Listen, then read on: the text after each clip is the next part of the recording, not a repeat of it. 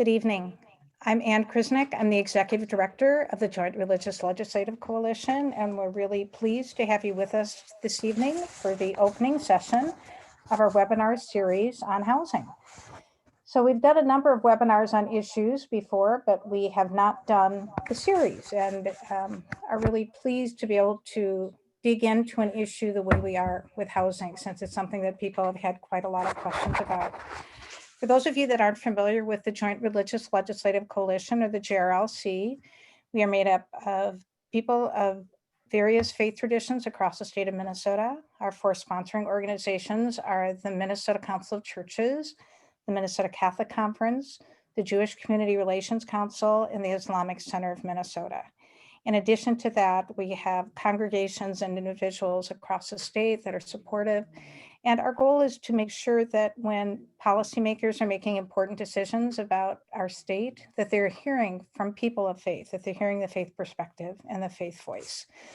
All of our faith traditions talk about the importance of caring for one another, and housing really goes to the core of that. The Prophet Muhammad talked about the importance of carrying that by saying, someone who sleeps on an empty, or who sleeps on a full stomach while their brother is going hungry is not one of us. One of the prayers at the Jewish Seder talks about if a community is lacking both a synagogue and a place to shelter the poor, they must first build a shelter for the poor. In our Christian tradition in the New Testament, we hear that it does no good to say to someone, go in peace, be warm and be well, if you aren't doing anything to help care for that person's needs. So with all of that, I think that's a good way to start out our session. I want to do two things before we begin. Right now, not that you want to be watching me all evening, but you probably want to be on speaker view so that you'll be able to see the slides and you'll be able to see whoever is speaking. So if you're not familiar with this system, if you go up in the upper right-hand corner of your screen, you'll see something that says View. And then you can choose Gallery View, which is what most of you are probably on right now. And there's something nice about that. You get to see people across the state who have joined us, and that's nice. But I think you're going to want to click on Speaker View. And then whoever's speaking, you'll see that screen. And when I show slides, you'll be able to see those. So if you have any questions about technology or challenges as we're going through the evening, Joan Miltenberger is on, and she's our statewide organizer, and you can go to the chat and ask Joan for assistance if you need it. But I'd also like to direct you to the chat down at the bottom, which should be 5 icons over from the left. And the chat is a nice way to send in questions or concerns that you have, to let us know who you are, if there's some kind of challenge. And with some of the activities we'll be doing, we'll be asking you specifically to put things in the chat. So if you hit everyone, it goes to all of us. If you need trouble, go to Joan. So that's the piece there.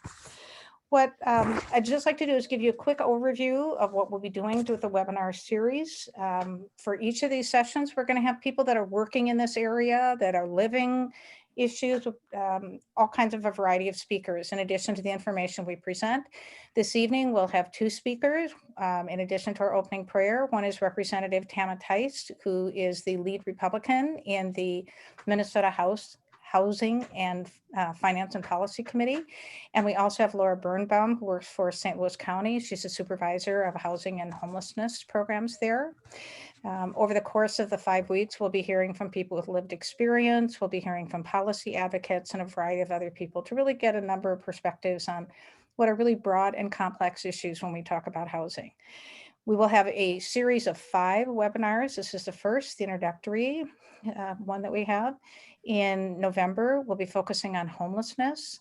In December, we'll be talking about racial inequity in housing and a number of issues surrounding that. In January, we'll be talking about a number of special challenges and really how do we work toward inclusion. So we'll be talking about things like how do we help people who have a history of incarceration? What challenges do we need to address for people with mental health challenges or disability physical health challenges? And then in February, we'll be closing up with a number of solutions and what what are some possible solutions and what role can you play in those? You'll get a short email tomorrow, or maybe a long email. You'll get an email tomorrow that will do two things. First, we've been compiling a resource list. So some of these are books, some are articles. We have some clips from Twin City Public Television, a number of other things for you that you can just look to if you'd like some additional information or want to dig into some of the things that we talked about a bit more. And since this is the first of our 5 webinars, there'll be just a really quick link for you to give us some feedback on what seemed to work well and what didn't. If there are questions that you'd really like us to cover over the course of the 5 sessions, let us know, and just to get some sense of what you felt about this evening. But before we start, I want to acknowledge that we are on the ancestral land of the Anishinaabe and the Dakota people. Currently, there are 11 of their tribes throughout the state, throughout this land that we call Minnesota. We want to recognize those tribes with gratitude and with appreciation. And as people of faith, we begin with a prayer or reflection. And tonight we recognize Kateri Mancini, who will do our opening prayer. She is from I'm going back to my slide here. She's from the Diocese of Duluth of St. Cloud, and she works in the Office of Social Concerns. So Kateri, I'm not forwarding here, just a moment. There she is. Okay, so you can see Kateri's title. Kateri, are you unmuted? I am. I see your face, and now we all get to hear your words. I have worked with Kateri for quite a number of years, both personally and with Catholic Charities, have been wonderful partners and supporters of the work that we do with the JRLC. They work with a group we work with a lot in Little Falls, and they have provided transportation to Dan the Hill. So if you're anywhere in that area, make sure that you find about that. But I have worked with her closely enough to know that housing issues are very close to her heart and in her prayers. And I'd like to turn it over to Kateri. Thank you for joining us. Thank you. Thank you, Anne. Good to Can't hear you, Kateri. I think you're still muted. Try again.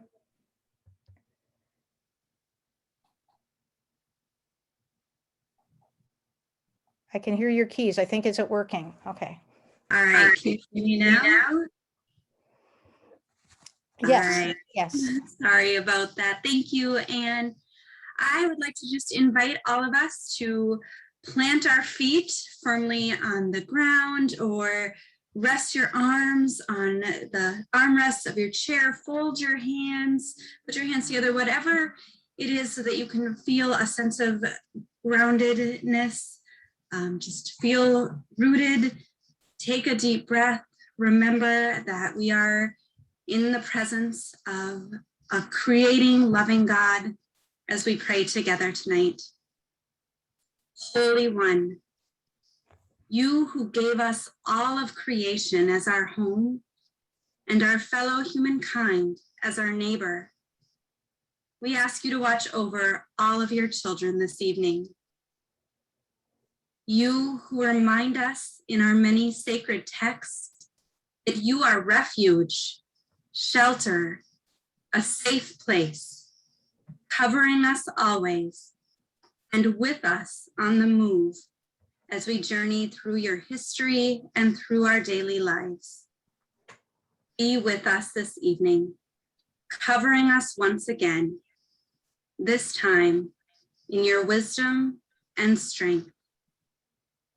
Help us to be open to the calling you have planned for each of us to be advocate and friend to our neighbors in need. As we enter into this time together, help us set aside all distractions, worries, and fatigues from our days as we call to mind your children who have no home to return to at the end of long and weary days. Protect them from all harm and keep them from despair. Clear our minds, open our hearts, and strengthen our resolve to create a better Minnesota, filled with communities where anyone can call home. Unite our voices in a call for justice, so that no man need ever lay down on a park bench because he has no home. That no woman need ever tuck her children into the back seat because she has no home. That no child need ever wonder, where will I feel safe because they have no home. So that all those who wander and all who are in need can find the shelter and the peace they seek. We thank you, God, for giving us blessings to share, and we are so bold as to ask for even more. We pray for more caring hands, for more equitable sharing of blessings, for more shelter and affordable housing, for more people of faith willing to put their faith into action, and for our lives to be constant prayers that all may be safe, warm, and loved. Remind us, O God, O refuge, O shelter, O safe place, that we cannot rest fully secure until all your children are at last home. Amen. Amen. Thank you, Kateri. That was lovely. You can see why we like to work with Kateri. As we start, issues of housing are not only incredibly broad, but very complex. And we want to just get a sense of what your knowledge and understanding is, and also give you a sense of what we will be covering over the next 5 weeks. And so we're going to do a little poll here. So you're going to see 4 questions. You'll probably only see 1 or 2 to start with, but hopefully they are showing up on your screen, and we just like you to scroll through them and choose what you think are the best answers. And once the poll is completed, I'll kind of watch how many have completed it. We'll see what most of the answers were from people who submitted answers and talk a little bit about what the implications of those are. So please take a few minutes and go through the poll questions.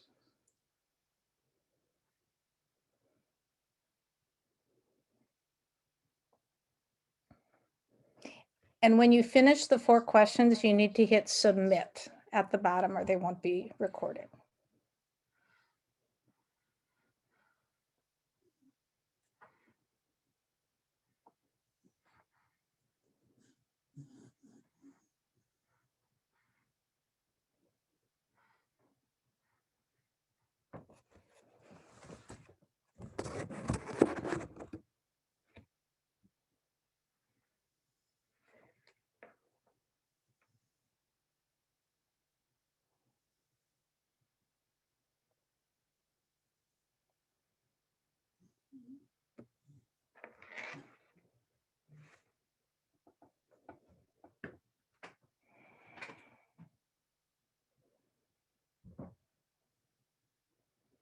And quite about 70% voted. We'll give it maybe another 15 seconds.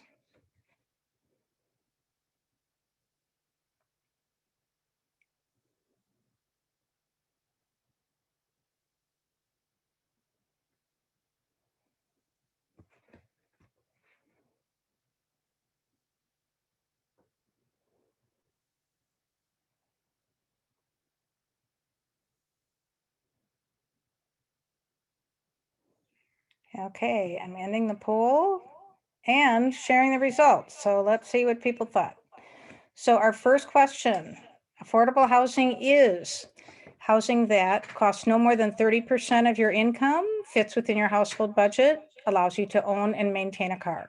I would say all of those are correct answers. So this is one where everyone got this right. But when we talk about affordable housing, when we talk about in the context of this webinar, when policymakers, when people in government talk about it, they're using that measure of 30% of your income. And when we think about affordable housing, there's really 2 ways to think about it. First is just for my household. When is my housing affordable? And that's if it fits within that 30% of my budget. When policymakers talk about a lack of affordable housing in a community, they're using that same 30% of income, but they're looking at the median income or the average the area median income. And so what's the level of income where half the people in that community have greater household income than that amount and half are below that? And so that 30%, when they're looking at a community, they're going to be looking at wages of people who would work as paramedics and PCAs, and maybe those people who are lucky enough to get 40 hours per week in retail or hospitality working as a manager or something. So all of those are correct answers. Okay, number two. And I should say that if you're paying more than 30%, people would consider that's considered to be cost burdened because that's going to really impact the rest of your budget and how you manage your household expenses. So how many Minnesota households are paying 50% or more of their income in rent? This is a very surprising and very sad statistic. The correct answer is 1 in 5. So this means that those households really are struggling when they're figuring out how they're going to pay for transportation and food and diapers and all those other expenses. In individual Minnesota counties that ranged from 17 to higher in the 20%, but 1 in 5 Minnesota households. And that's really an indicator of the lack of affordable housing and the real challenge in finding an affordable place to live. For those of you that are new to the JRLC, if you go to our webpage, jrlc.org, you'll see that we have a tab for advocacy materials, and one of them is county fact sheets. And so every 2 years, we do a fact sheet for all 87 Minnesota counties, each of them, and have data about how many families are living in poverty and how many children are eligible for free and reduced lunch and some other statistics. But one of them is how many families, how many households are cost burdened. So that's 30% or more of their income being spent on housing. And how many rental households are severely cost burdened. And so that's where the statistics come from, paying 50% or more of their income in housing. And that just directly reflects the lack of affordable housing statewide, whether you're in a suburban, rural, metropolitan, heart of the city area. That's a challenge. Number 3, what percentage of Minnesotans experiencing homelessness are employed? And 30% is the top answer, and it is the correct one. So this comes from the Amherst Wilder Foundation research. They do a homeless study every 3 years and have volunteers fanning out across the state, talking with people who are experiencing homelessness and learning about what kind of adverse childhood experiences they had as a child, looking at what kind of mental health or physical health challenges they have, if they previously were housed. And one of the questions they ask is if they're employed. And so this does not have been employed within the last year. This is people who are currently homeless. 30% are currently employed. And of those, the average number of hours that those people are working is 31. So these are people who are really struggling to make a go of it. And so if the average is 31 hours per week, there are likely a number of people in that group that are working 40 hours or more and still are unable to afford housing. So the next question, last question, I'm going the wrong way here, sorry.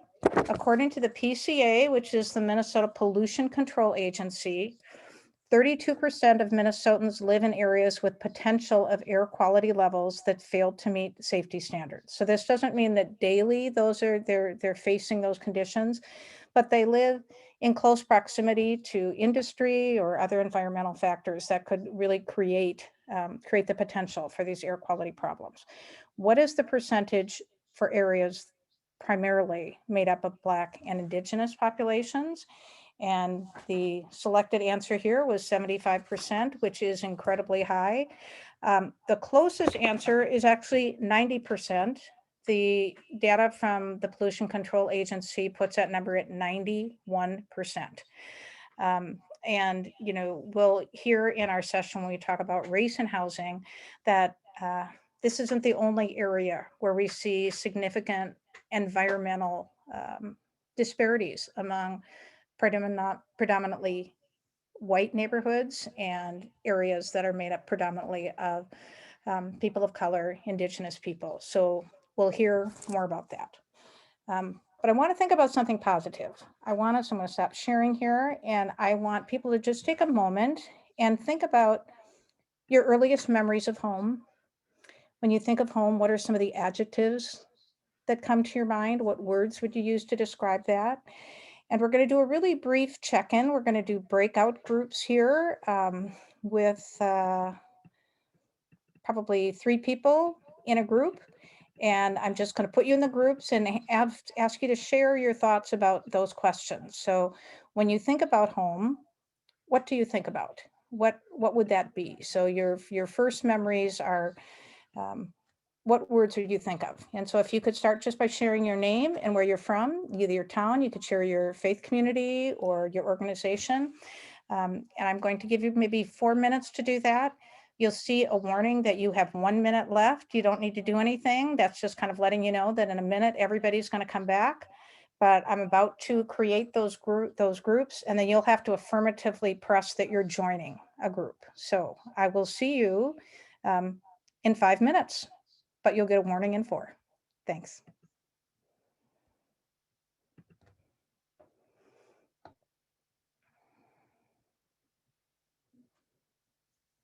So you'll have an invitation, and you just need to click on it in order to join.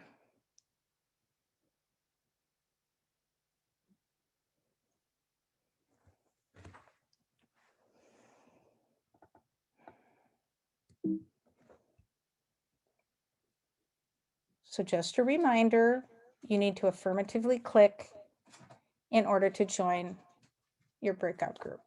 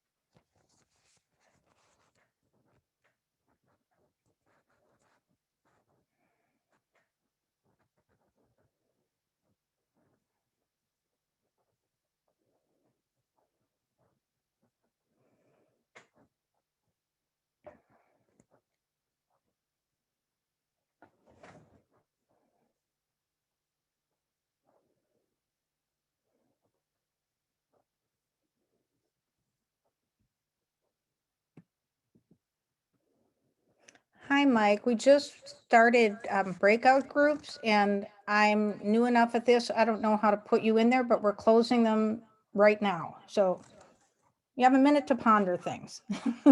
Thanks for joining us.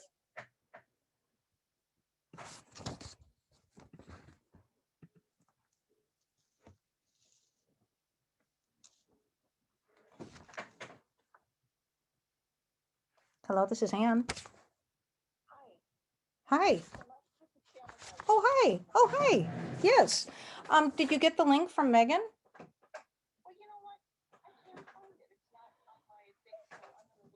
Okay, nope, just give me your email and I will forward it to you. And I suppose it's Rep Tama Tice at, yep, at House MN.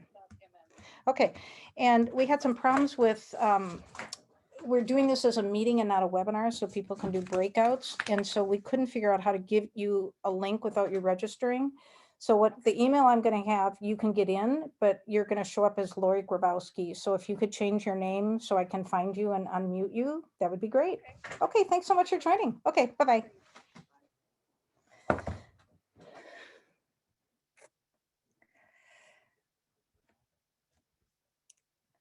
I think everyone's back, and this is what happens when you have a small office like we do of just a very few people. So that was a call from Representative Tice, who's speaking with us this evening, and she did not get the link, so I'm forwarding it to her quickly. So give me one moment.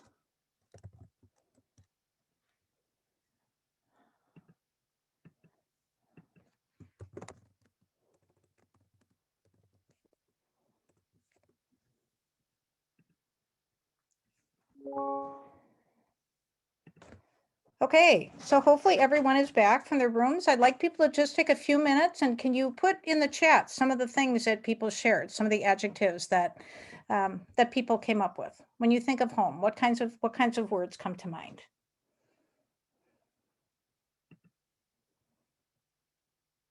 Safe, cozy, warm, belonging.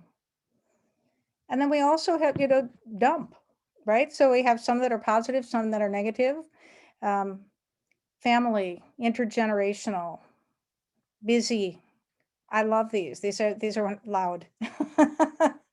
When my kids were young, I would have probably put sticky on there, so wonderful words. And I think they show the importance of home. We are part of the Homes for All Coalition, which is over 200 organizations that work together to address issues of home and housing. And they have a wonderful phrase that where you live impacts everything. And I think there's so many ways that that's true. And so I love seeing these. It really warms my heart. It talks about the importance of home, but I think we need to acknowledge that there are people who would not think of those words, that they would be thinking of words like eviction or unsafe or fear. And so when we look on those issues, keep that in mind as well. So I am going to go back to sharing. I'm still free tomorrow. I don't know quite what that's about there. Okay, so I'm going to go back to share my screen, which that was on. And we're going to talk a little bit about what are some of the different words we're going to be using as we talk about home.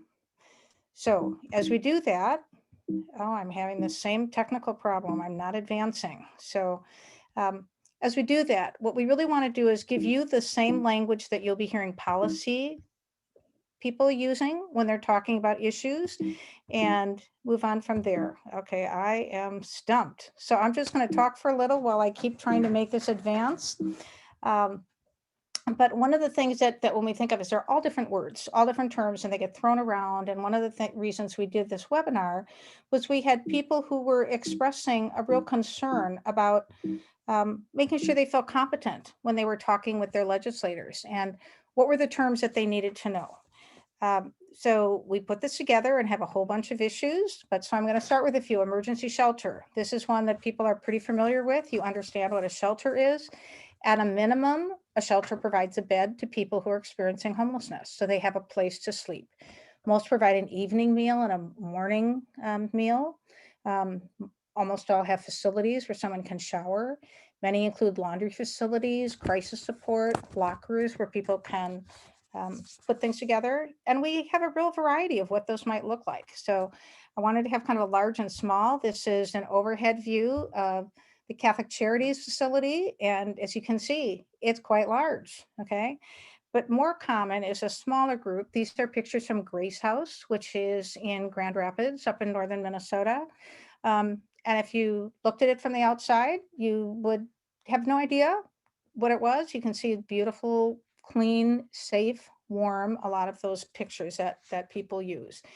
And so when we talk about the needs for these aren't merely facilities. And so when we look about funding for housing, we're not just talking about the actual facilities in the building. We're looking at health and human services and education and a number of other issues.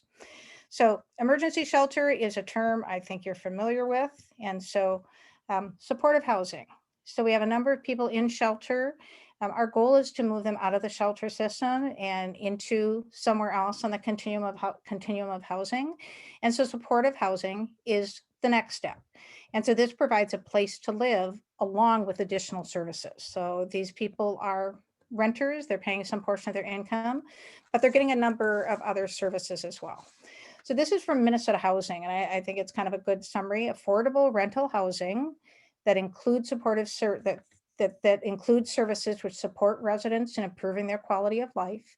If you live in permanent supportive housing, you pay a portion of your income for rent, and the services are free. So those services can run the gamut, and they will differ from program to program. There might be job training, healthcare, including mental health, which is a big issue for a lot of people experiencing homelessness, financial coaching, substance abuse or chemical dependency treatment, case management, education, childcare is often a significant issue here.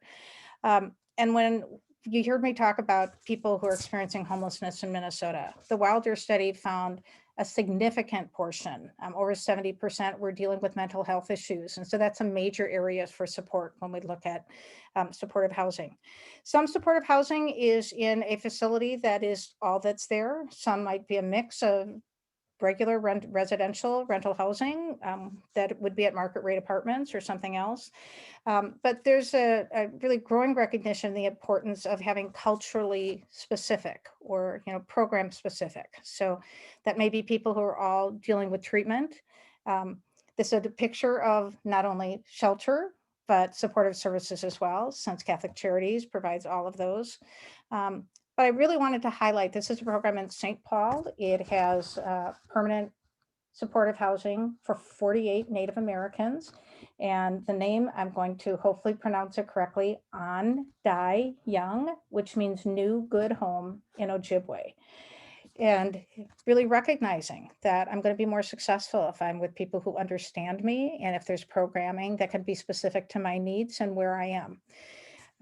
Research is really clear that people in supportive permanent housing are less likely to be in need of medical care, to be making calls to all kinds of places in the system, whether that's psychiatric care, going to jail, being in detox, going to emergency shelter. So that's emergency shelter. Affordable housing. Now, we covered this a little bit in our quiz. Affordable housing is when a household spends no more than 30% of its income for housing. So that's how I would determine whether or not my housing is affordable. When we're looking at affordable housing within a community, we're going to look at that median income. And if someone's working at that level, am I able to afford somewhere to live in the community where I want to do that? Subsidized housing. So we hear this broadly. You have subsidized housing anytime there are government policies that make housing more affordable. And I have a picture here of the mortgage interest statement. I live in subsidized housing. I deduct mortgage on my taxes, the interest on my mortgage on my taxes. I claim the homestead credit so that my property taxes are lower. And those are all ways of the government subsidizing the housing that we have. Those are housing policies. They're designed specifically to encourage home ownership. When you hear about subsidized housing in the context of a housing debate, they're usually talking about financial programs that allow a household to spend no more than 30% of its income for housing. And this typically happens in one of two ways. Someone can live in public housing, and so that's housing that's actually owned and operated by the government, and they would pay no more than 30% of their income for housing, and the rest of that would be covered by state, federal, local, or other funds. Or someone gets a voucher. You hear about Section 8. Here's a picture of someone very happy that she got her Section 8 voucher. And she can now go out and look for housing, and she would pay a third of her income to a private landlord or, private owner, and the rest would be covered by the program. So she's very happy, and I hope that this became a success story in the end. But for many people, that's not. When you look at the vacancy rates, low vacancy rates, people who have a voucher are competing with people on the market that don't. And a lot of landlords would prefer not to rent to someone who's using a housing voucher of some kind. The Wilder study, it's the gold standard, I'm going to keep referring to it, has some information that 50% of people who had experienced homelessness were on a waiting list for subsidized housing. And the average wait was 12 months. You hear about people that are on a waiting list for several years. Waiting lists may close. And you also hear in the metro area, Minnesota Housing said that 60% of the holders of housing choice vouchers from the metro HRA were able to successfully find housing. So that means nearly 2 out of every 5 were unsuccessful. So there's a lack of affordable housing. Okay, I mean, that's kind of what we heard with that. Source of income discrimination is a term that you hear sometimes. You may be aware or recall stories out of Minneapolis where they adopted an ordinance that landlords could not consider the source of income when they were making decisions about renting. So that program was upheld by the Minnesota Supreme Court, but that's only the rule in Minneapolis. And so you'll hear discussions about source of income. Landlords want to have stable tenants, and they want to make sure that the people that are renting will continue to be there. And some of them have had experiences that make them really try and assess whether these are good risks to take or whether there are some chances that they're taking if they rent to people with vouchers. And so, I understand the concern, but there's a real challenge for people with those figuring out how to move ahead. Naturally occurring affordable housing, or NOAH. So although we're people of faith, and for this purpose, when we talk about NOAH, we're talking about naturally occurring affordable housing. And so these are quite simply homes, apartments, multi-unit buildings that have lower rents or lower purchase prices because they're older, because they don't have a bunch of fancy amenities, or because they need rehabilitation. And just a reminder, that affordable piece, it is naturally occurring affordable housing. And so when we look at that, that means that we have that 30% piece. So just to give you a sense, I took a couple pictures. I live in St. Paul. This is on St. Clair Avenue, which is halfway, maybe 4 or 5 blocks from St. Kate's, 4 or 5 blocks from St. Thomas, and 2 blocks from McAllister College, to give you some sense of where it is falling. So this would be naturally occurring affordable housing. An older apartment building doesn't have any of the bells and whistles, probably would be affordable for most of the people living in this area. Here's another example. But just this year, 3 blocks from there, this new development was made. Now, this is what we would think of as market rate housing. It's not going to be affordable for most people. So you kind of see that scan, and many landlords might look at the rents that people are getting for units like this and then really assess, am I going to keep my units the way they are, or do I make some additional investment so that I can get a higher rate of return for investment? So that gives you a good sense of kind of the continuum of housing. I know that no one can read this slide. Okay, so it's difficult to read. It's in the resource materials. You'll be getting that email tomorrow, like I told you about, but I just want to kind of give you a sense. This is put together by Minnesota Housing, and it shows this continuum. And so when you look at it in the materials in the packet you'll get tomorrow, you can see over on the left, we have housing types for people that are spending less on housing. Their market, they aren't able to pay for market rate housing most of the time. And so you kind of see, and then we move over to the right. So you can see the different kinds of housing. You can see from the circle that's in the middle of the page, how much of their budget they're spending on housing. So we talked about that cost burden and the severely cost burden if you're spending 50% or more of your income on housing. So you'll see this in the packet. But I want you to get a sense of what this is really like in the field. So we have Laura Birnbaum with us today. She's a supervisor in housing and homelessness with St. Louis County. And so I'm going to stop sharing, and you are going to meet Laura. I'm very happy that she's here with us. So Laura, hopefully you're unmuted, and when you start to speak, you should be showing up on the screen. Okay, thank you, Anne. Can you hear me okay? Yes, thank you. Okay, wonderful. Thank you for having me here tonight. I see one familiar face with John Cole here, so he can answer all the follow-up questions that you might have. I supervise our housing and homelessness programs team, which is a small team under St. Louis County Public Health and Human Services. I really think of our team as really embedded with community and community partners because it takes all of us to do the work, and we need more. So, thanks again for having me. What are the challenges in finding affordable housing, both, I would say in St. Louis County, which is both Duluth, which is a larger city, and all kinds of small communities around the county as well? Right, we are really unique geographically in that we have Duluth, which is more urban, but then the rest of the county is very rural.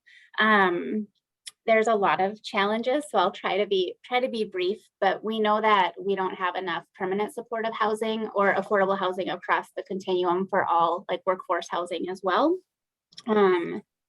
You mentioned vouchers and the long waits for vouchers. So that's the case here as well with Section 8 vouchers. People might wait 1 to 2 years, and there's just a lack of affordable housing and deeply affordable housing. So their name might come up on the list for a Section 8 voucher, and they have 60 days, which can be extended to find a unit to use that. And often people cannot find a unit. So then they go back to the bottom of the list and the cycle starts again. Yeah, there's a lot. We have, there's just, the biggest one is we don't have enough affordable housing, and we have old housing stock, and there's just not enough of that infrastructure is the biggest challenge, among many others. So can you tell us both how you think about this continuum of housing, and how does St. Louis County address that? Sure. I really think about the continuum of care through a housing lens from the perspective of somebody who might be trying to navigate and access housing. So all the way from the beginning where somebody, like through street outreach, we have great community partners who do amazing street outreach across the county where they're meeting and talking with people who might be unsheltered. But then all the way into there's also homelessness prevention. So let's say people are housed and they just pause you for a minute. I'm going to put on a slide here, which will show people how you look at kind of your team for homelessness. So, so perfect. Please go So ahead. yes, thank you. So these are all of the pieces of our housing and homelessness response system, or the continuum of care. So I talked a bit about street outreach. We have emergency shelter, and that looks different across the county. So John, who is here tonight, is the director of CHUM, which is our largest shelter in Duluth. We have a smaller shelter in northern St. Louis County in Virginia, but we also utilize hotel vouchers when shelter is full in more of our rural areas, including with, we partner closely with Boys Fort Tribal Nation. And so also using hotel vouchers as there's not a physical congregate shelter there. We try to do as much prevention as possible with rapid rehousing and helping people get assistance if they're behind in rent to maintain the housing that they have. But the whole continuum is really from like street outreach all the way to supporting somebody to accessing housing. And then once they are housed, we talk a lot about how do we help them keep their housing and really look at that through a holistic lens so that all needs are met, whether that be culturally, spiritually, their mental health, chemical health, physical well-being, really looking at how do we support people as a human-centered, heart-centered system, not purely like all of the complexities that it includes. Really try to keep people who have lived experience at the center of this. Okay, and I'm just gonna this is just kind of a snippet of some things going on in your county, and if there are any particular ones you want to comment on, but I think it is a good snapshot. Yeah, I think so. The CES that you see here, that's our coordinated entry system. And so the whole point of that system is if somebody is experiencing homelessness or close to experiencing homelessness, they go through an assessment, which is really supposed to help match them with the type of housing that fits their needs. So maybe they need permanent supportive housing, or maybe they need transitional housing where they just need housing for up to 2 years to then get on their feet. the coordinated entry system is supposed to be like a homeless response system where people access housing, but it actually is functioning a lot more like a wait list, which it's not supposed to do. And that is largely because we don't have, again, enough housing, and our largest need is permanent supportive housing. So you mentioned mental health and some statistics around that. And so there's a lot of intersections with people who've experienced trauma, homelessness, and like resulting in chemical or substance use and mental illness. And so that's where, again, we really need to work across different areas to make sure that we are really supporting people to be successful and where they're driving that. So it's broken, right? If people are waiting 14 months when they're already experiencing homelessness to start. We also see a lot of other challenges where we're seeing rising rents. We're seeing landlords asking for double, triple deposits. I think we're seeing that across the state. I know, so that's really, really hard. And when you layer a pandemic on all of this, I think a lot of the need, the COVID really shone a light on that. But the reality is that a lot of these inequities were already in existence. The pandemic has just highlighted them. So we have a lot more people who are unsheltered, so not even accessing shelter. Like last year in our warming center in Duluth alone, we had 566 people, individual people who accessed our warming center in one winter. So the need is only growing.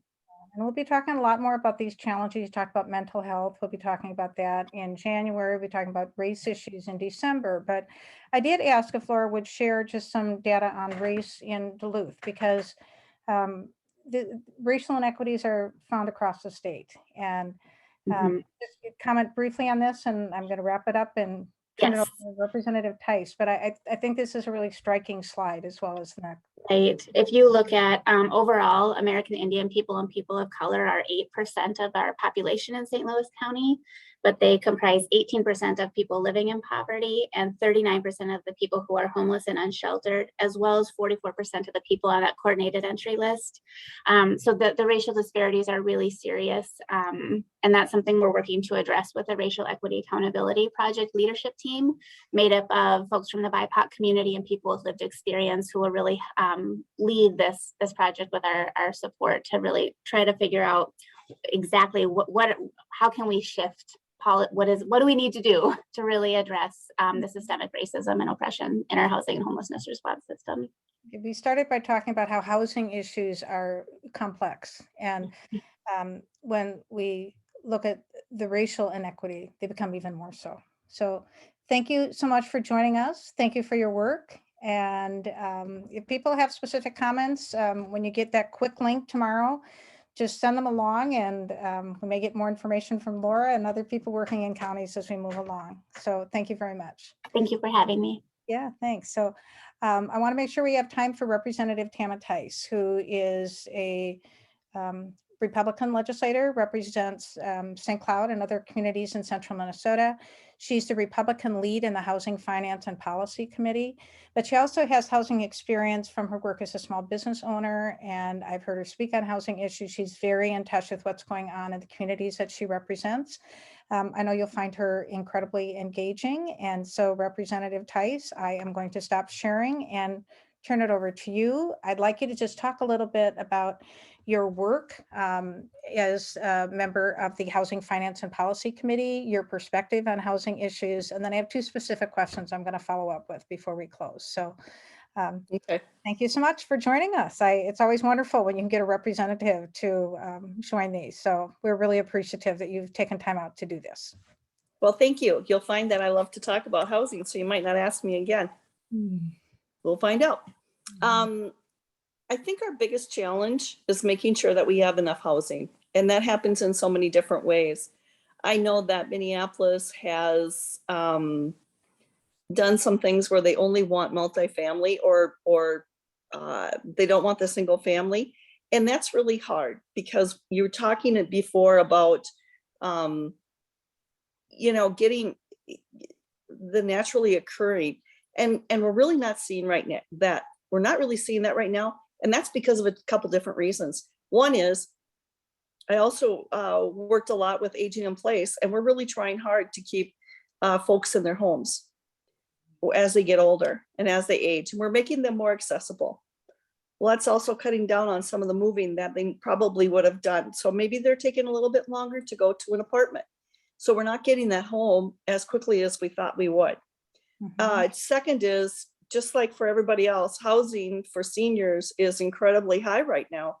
When we first looked at patio homes and they were coming out, they were maybe 150 to 170,000 for a nice little patio home. Now you're looking closer to 250 to 300,000. And that's a lot. I mean, even my husband and I, who just retired this summer, are not going to move, but we look at it like, wow, what if we want to someday? And we're going to have a lot more money and able to be able to do that, to move our housing forward. So we're trying to figure out also in the committee, what is really holding back, or what is really making the cost of homes more. We look at some of the states around us and it's quite significant. When we look, oh my gosh, I think it's on the Wisconsin border, builders who build both in Minnesota and Wisconsin, same house, same plan, the whole 9 yards, they're looking at $60,000 more in Minnesota. And we hear it a lot. Why is that?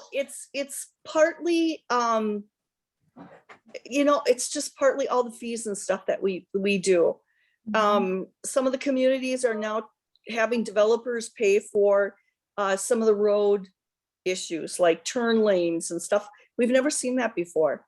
Or they want the development to be developed all at one time, which I'm kind of pushing back on, because in the Great Recession, 2007, 2008, we saw a lot of empty new developments that never got off the ground.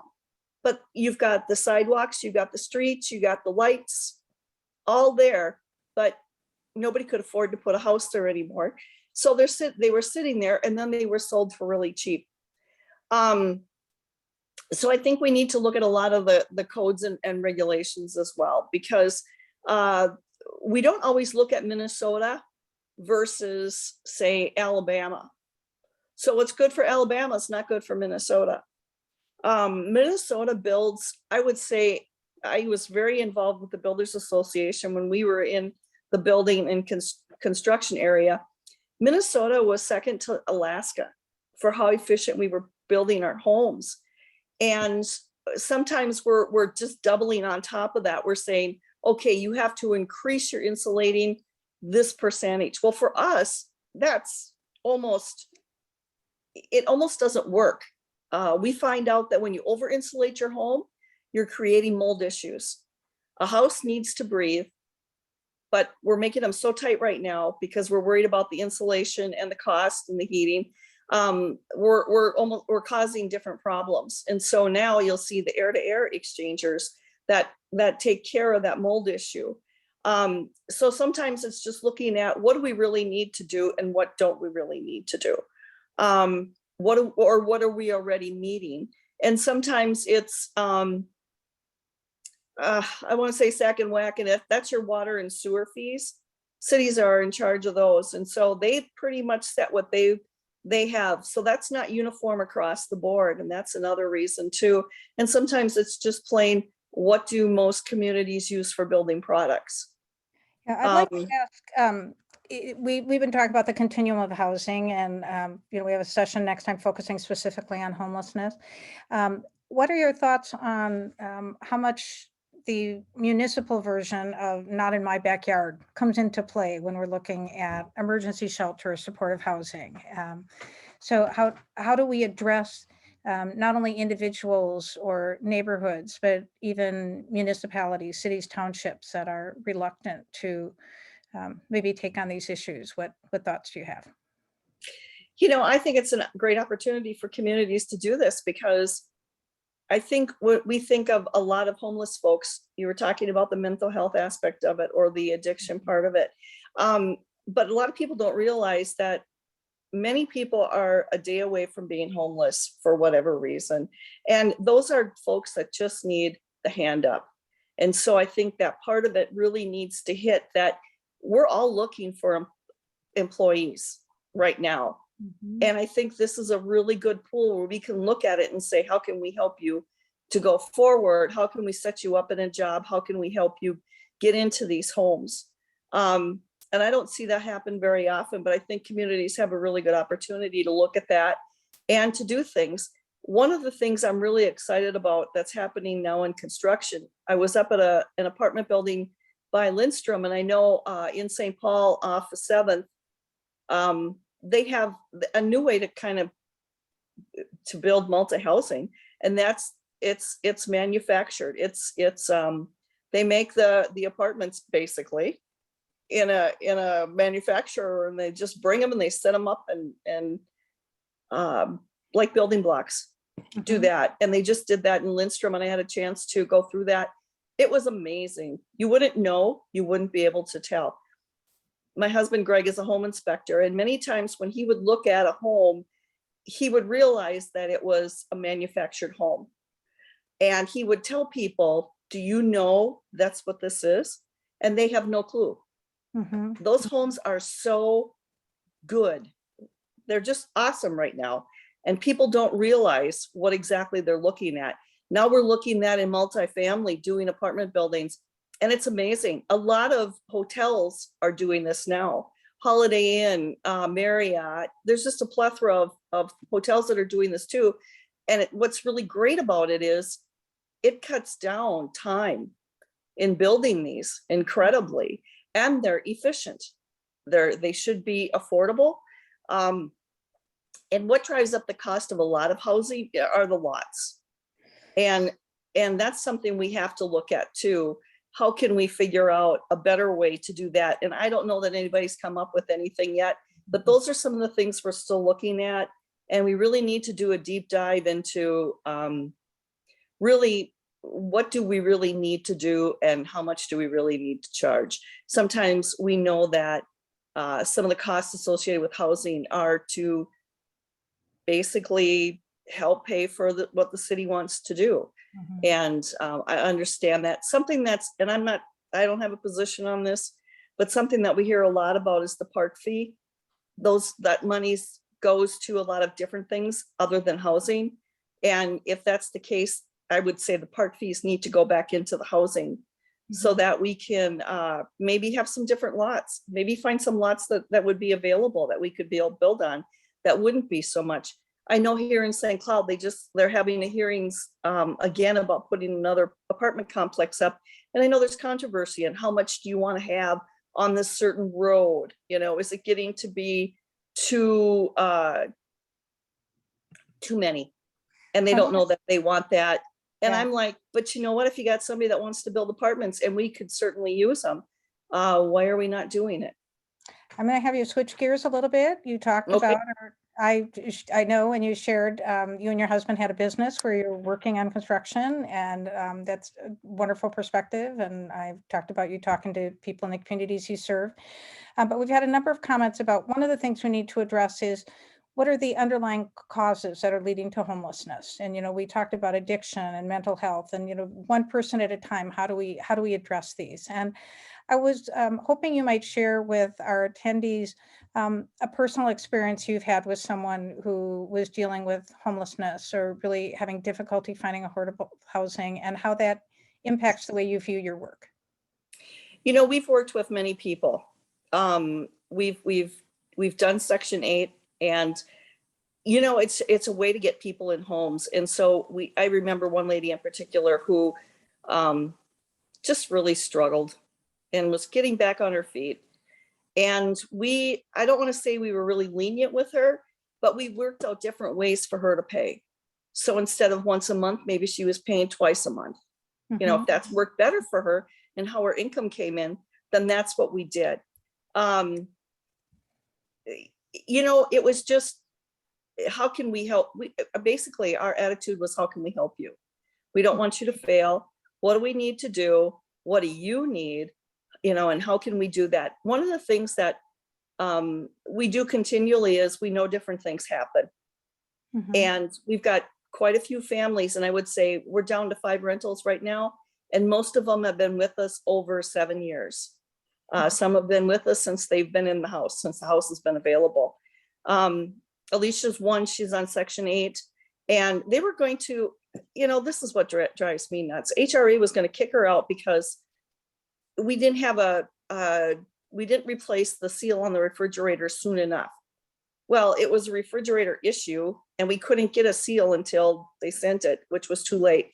And they couldn't find a place for her that was comparable, if not cheaper than what we were offering. So they were going to put her in a more expensive apartment. And we were very angry with them, and Greg fought with them and just said, hey, she's been here for a long time. This is the home her kids know. What are we doing here for a seal? And it's not our fault. I mean, it's back ordered, the seal is faulty in all the refrigerators. And, so we've gone to bat for a lot of them, even with the agencies, to make sure that they're affording what they have and that they don't have to move. It's expensive to move. So we've done that too, but we really work with everybody. We have a single mom that, because of, she just had a heck of a year last year. And we just said, just work with us. We don't want to see you go anywhere. She's got 3 kids at home. One is already moved out. He's graduated, and it was a tough year for her. And we just do what you can. Do what you can. We'll worry about it later. Do what you can, and let us know if you need something. So we always make sure that, at different times of the year, I mean, it's not unusual for Greg to go get gift cards from Coburn's, the grocery store, and just say, hey, dinner's on us. Or we've taken dinner to them too. Well, and the reality is that most of the affordable housing across Minnesota is provided by small landlords like your husband and yourself. And as we talked about the eviction moratorium, and as we set policies, we need to make sure that those landlords can have an economic model that's viable. So Absolutely. But I Absolutely. really appreciate hearing a landlord really recognizing that, and I think that's true of a lot of landlords. I can't let a legislator go. We're going into our breakout discussion bit just a little bit, but I have a legislator here, and I can't let you leave without saying we have people here that care about this issue, and what's the best way for them to make sure that their elected officials hear what they care about? What advice would you give them to talk to members of their county board or their city council or elected legislators like yourself? For me, email is the best, because if I'm like super busy, and there are times during the session we are super busy, my legislative assistant will absolutely answer and let you know that I've gotten the email, and then I will go back and go through them and see what you've got to say. But especially with housing issues or different issues, different committees that I'm on, those emails, I don't want to say move up to the top, but they do. So for me, email is the best. Phone calls, I'll admit it, I can get busy. I can forget about returning phone calls.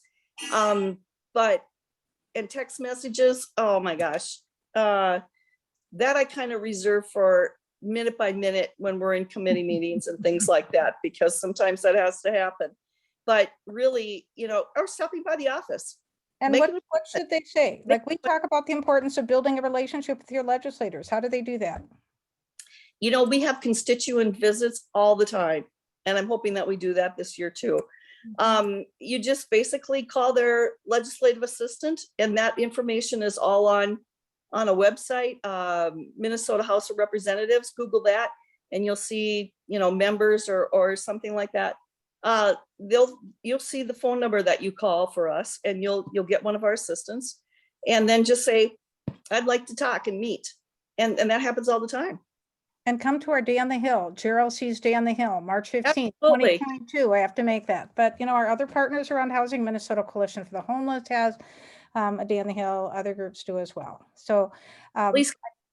I'd love to have you on for longer, but I'm going to have to cut it off here so we can have our breakout groups. But thank you so much for joining us. And thank you for the really important work that you do at the Capitol. Thank you so much. It's been a treat. Okay. Thank you. Bye. Bye-bye.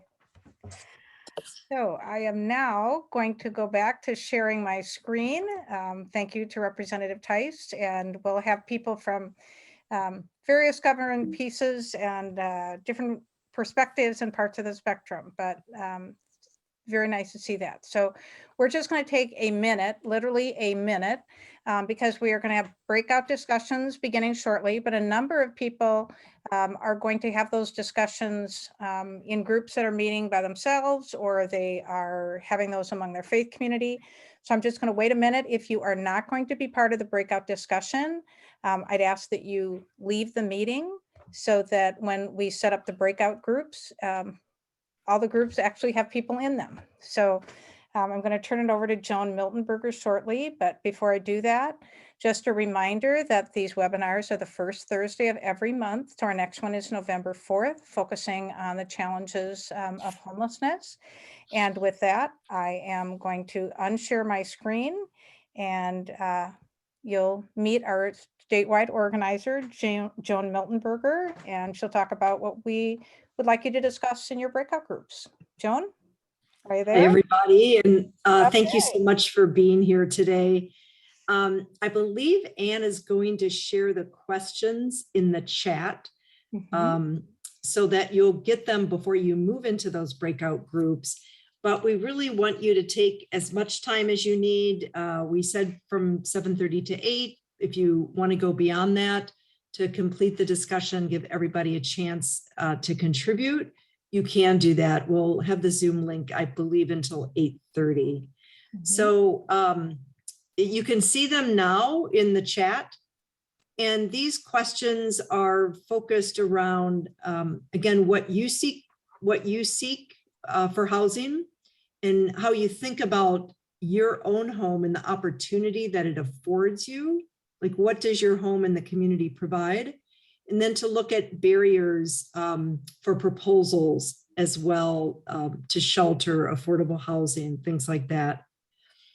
And here we have the questions again. So take as much time as you need. I won't go over the list of group guidelines. I think everyone's pretty familiar with giving everyone a chance to speak, listening attentively, inquire rather than debate. But really, we hope you really struggle and think about some of these issues for your own neighborhood and your own community.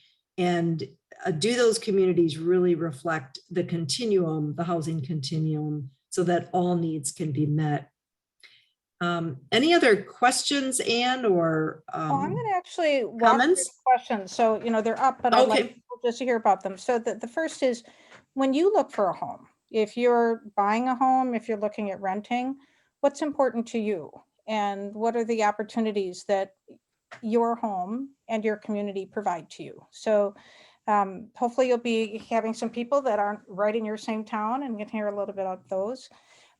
We heard a little bit about some of the need for shelter and affordable housing, and Representative Tice talked a little bit about some zoning or other requirements, and what are the barriers to proposals to change that, and what's the role of faith communities in promoting that change. And then the third, if you get to it, and we'll see how that goes, but we talked about the housing continuum, all the way from the emergency shelter all the way up to high market cost housing. And if that's a continuum, and we need that continuum in order to meet the needs of all the people in our broader community, should every neighborhood incorporate this? Should every city do that?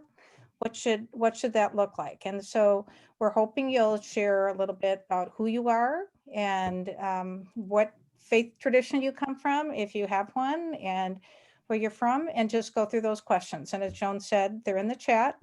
Please look for the email that'll come from Joan tomorrow, both for the resources that are there, but also we'd really like some quick feedback on what you thought of tonight's webinar. Questions and concerns, we captured things in the chat. I really appreciated Renee, for example, talking about lived experience, people asking questions about what kind of solutions might work. It's really valuable. And so with that, I am going to put you into breakout rooms, and just like we did before,